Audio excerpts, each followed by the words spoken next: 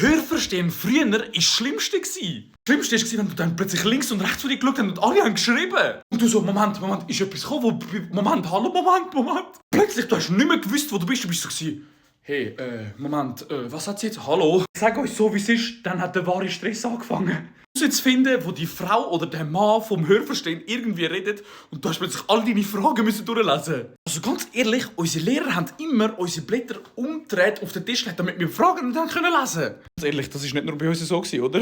Jedes Mal, wenn unsere Lehrerin reinkommt und sagt, so, meine Damen und Herren, es geht das Hörverstehen. Alle haben dann immer so, oh mein Gott, nein, nicht schon wieder. Dann gibt es die zwei Leute. Der eine kommt entweder aus dem Bereich Frankreich oder aus dem Welschen. Und bei englischen Hörverstehen war er immer irgendwie der Amerikaner oder so, der Boss gewesen. Yeah, guys, so my parents... Ja, also, Entschuldigung, nein, sorry, ich muss mich immer daran gewöhnen, wegen Englisch. Ah, sorry, nein, Schweiz, ich bin in Amerika gewesen, so... Deine Schnurren mal bitte. Und dann hat es immer noch die gegeben, die die ganze Zeit gesagt haben,